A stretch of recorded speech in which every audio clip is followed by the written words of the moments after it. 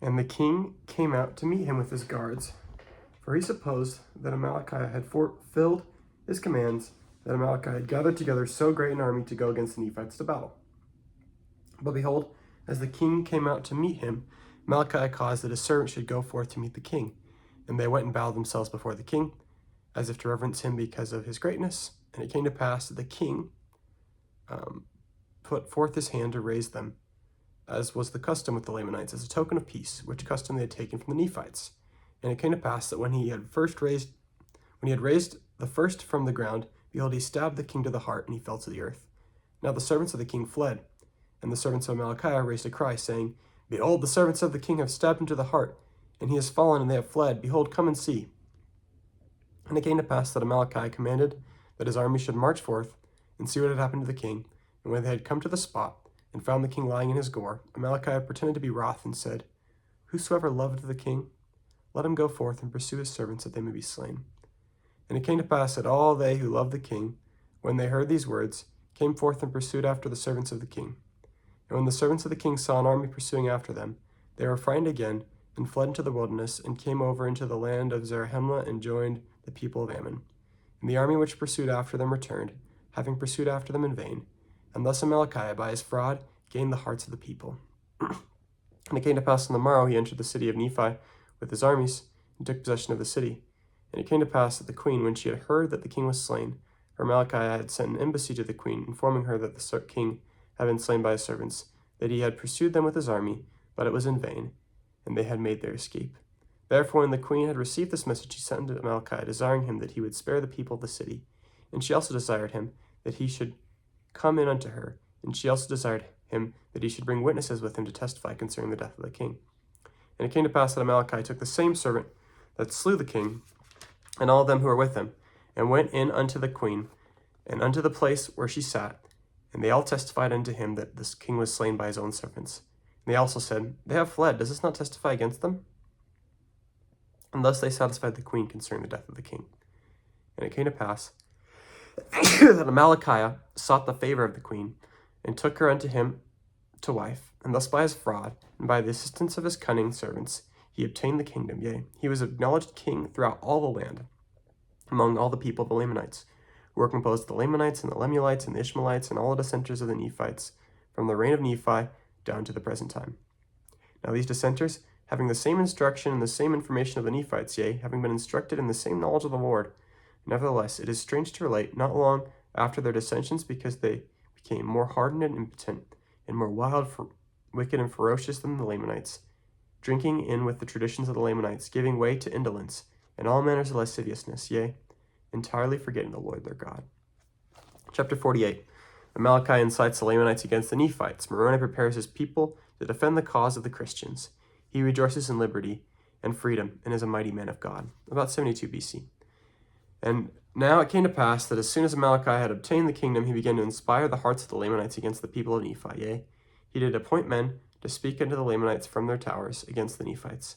And thus he did inspire their hearts against the Nephites, insomuch that in the latter end of the 19th year of the reign of the judges, he having accomplished his designs thus far, he having been made king over the Lamanites, he sought also to reign over all the land, yea, and all the people who were in the land, the Nephites as well as the Lamanites.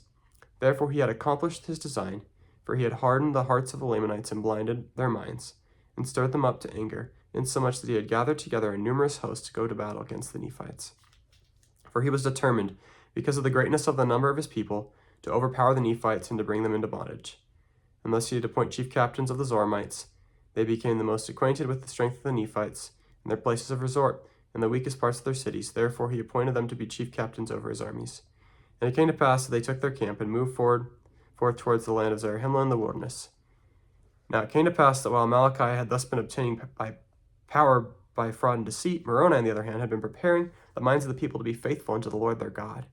Yet he had been strengthening the armies of the Nephites, and erecting small forts or places of resort, throwing up banks of earth round about to enclose his armies, and also building walls of stone to encircle them about, round about their cities and the borders of their lands, yea, all round about the land.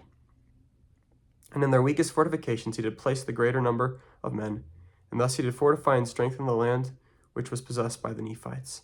And thus he is preparing to support their liberty, their lands, their wives, and their children, and their peace, that they might live unto the Lord their God, that they might maintain that which was called by their enemies the cause of the Christians. And Moroni was a strong and a mighty man. He was a man of a perfect understanding, yea, a man that did not delight in bloodshed, a man whose soul did joy in the liberty and freedom of his country, and his brethren from bondage and slavery. Yea, a man whose heart did swell with thanksgiving to his God, for the many privileges and blessings which he bestowed upon his people. A man who did labor exceedingly for the welfare and safety of his people. Yea, he was a man who was firm in the faith of Christ, and he had sworn with an oath to defend his people, his rights, and his country, and his religion, even to the loss of blood. Now the Nephites were taught to defend themselves against their enemies, even to the shedding of blood if it were necessary, yea. They were also taught never to give an offense, yea, and never to raise the sword except it were against an enemy, except it were to preserve their lives. And this was their faith, that by so doing God would prosper them in the land, or in other words, if they were faithful in keeping the commandments of God, that he would prosper them in the land, yea, warn them to flee, or to prepare for war according to their danger. And also that God would make it known unto them whether they should go to defend themselves against their enemies. And by so doing, the Lord would deliver them. And this was the faith of Moroni, and his heart did glory in it, not in the shedding of blood, but in doing good, and preserving his people, yea, in keeping the commandments of God, yea, and resisting iniquity. Yea, verily, verily, I say unto you, if all men had been, and were, and never would be like unto Moroni, behold, the very powers of hell would have been shaken forever. Yea, the devil would never have power over the hearts of the children of men.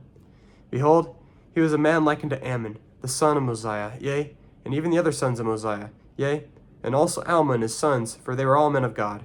Now behold, Helaman and his brethren were no less serviceable unto the people than was Moroni, for they did preach the word of God, and they did baptize unto repentance all men whosoever would hearken unto their words. And thus they went forth, and the people did humble themselves because of their words, insomuch that they were highly favored of the Lord. And thus they were free from wars and contentions among themselves, yea, even for the space of 4 years. But as I have said, in the latter end of the 19th year, yea, notwithstanding their peace among themselves, they were compelled reluctantly to contend with their brethren, the Lamanites. Yea, and in fine, their wars never did cease for the space of many years with the Lamanites, notwithstanding their much reluctance. Now they were sorry to take up arms against the Lamanites, because they did not delight in the shedding of blood. Yea, and this was not all. They were sorry to be the means of sending so many of their brethren out of this world into an eternal world, unprepared to meet their God. Nevertheless, they could not suffer to lay down their lives, that their wives and their children should be massacred by the barbarous cruelty of those who were once their brethren, yea, and had descended from their church, and had left them and gone to destroy them by joining the Lamanites. Yea, they could not bear that their brethren should rejoice over the blood of their Nephites, so long as there were any who should keep the commandments of God. For the promise of the Lord was, if they should keep his commandments, they should prosper in the land. Chapter 49. The invading Lamanites are unable to take the fortified cities of Ammonihah and Noah. Malachi curses God and swears to drink the blood of Moroni. Helaman and his brethren continue to strengthen the church, about 72 BC. And now it came to pass, in the 11th month of the 19th year, on the 10th day of the month, the armies of the Lamanites were seen approaching towards the land of Ammonihah. And behold, the city had been rebuilt, and Moroni had stationed an army by the borders of the city, and they had cast up dirt round about to shield them from the arrows and the stones of the Lamanites, for behold, they fought with stones and with arrows. Behold, I said, that the city of Ammon had been rebuilt. I say unto you, yea, that it was in part rebuilt, and because the Lamanites had destroyed it once because of the iniquity of the people, they supposed that it would become an easy prey for them. But behold, how great was their disappointment! For behold, the Lamanites had dug up a ridge of earth round about them, which was so high that the Lamanites could not cast their stones and their arrows at them, that they might take effect. Neither could they come upon them, save it was by their place of entrance. Now at this time the chief captains of the Lamanites were astonished exceedingly, because of the wisdom of the Nephites in preparing their places of security. Now the leaders of the Lamanites had supposed, because of the greatness of their numbers, yea, they had supposed that they should be privileged to come upon them as they had hitherto done, yea, and that they had also prepared themselves with shields and with breastplates, and they had also prepared themselves with garments of skins, yea, very thick garments to cover their nakedness. And being thus prepared, they supposed that they should easily overpower and subject their brethren to the yoke of bondage, or slay and massacre them according to their pleasure. But behold, to their uttermost astonishment, they are prepared for them, in a manner which never had been known among the children of Lehi. Now they are prepared for the Lamanites to battle after the manner of the instructions of Moroni. And it came to pass that the Lamanites, or the Amalekites, were exceedingly astonished at their manner of preparation for war. Now, if King Amaleki had come down out of the land of Nephi at the head of his army, perhaps he would have caused the Lamanites to have attacked the Nephites at the city of Ammonihah. For behold, he did not care for the blood of his people. But behold, Amaleki did not come down himself to battle. And behold, his chief captains durst not attack the Nephites at the city of Ammonihah, for Moroni had altered the management of affairs among the Nephites, insomuch that the Lamanites were disappointed in their places of retreat, and they could not come upon them.